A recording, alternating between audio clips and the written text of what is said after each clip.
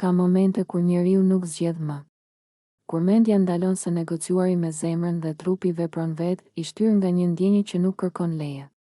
I tillë ishte momenti kur Alba ju hodh në qaf limit, e përqafoi fort dhe e puthi, pa e lëshuar, ndërsa syt ju mbushën me lot. Nuk ishte një skem për t'u parë.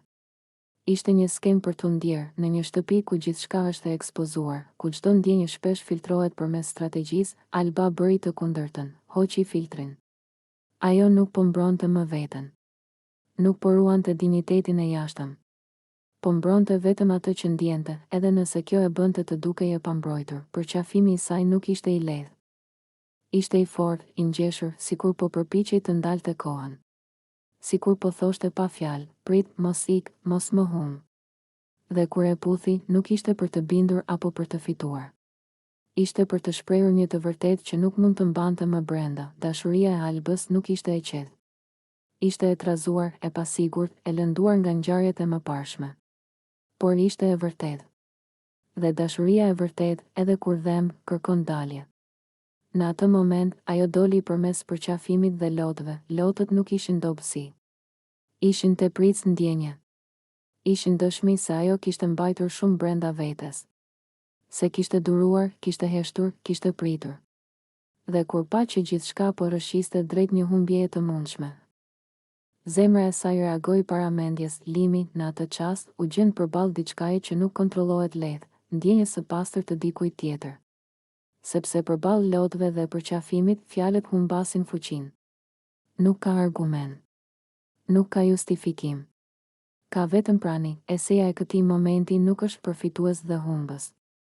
Është për marrëdhëniet njerëzore në formën e tyre më të zhveshur. Alba nuk po kërkonte premtime. Po kërkonte të dëgjohej pa fjalë.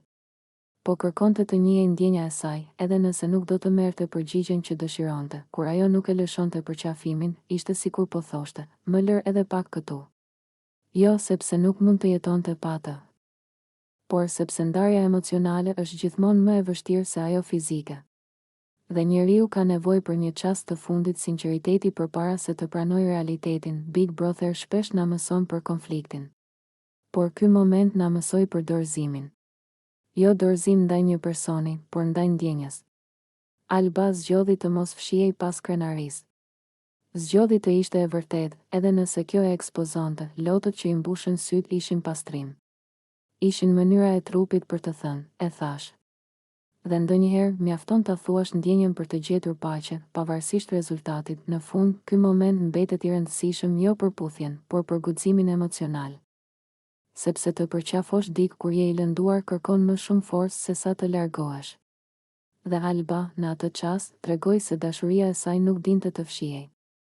Din vetëm të ndiej, dhe ndoshta, kjo është forma më e pastër e njerëzillëkut, të mos fitosh gjithmonë, por të jesh I vërtetë deri në fund.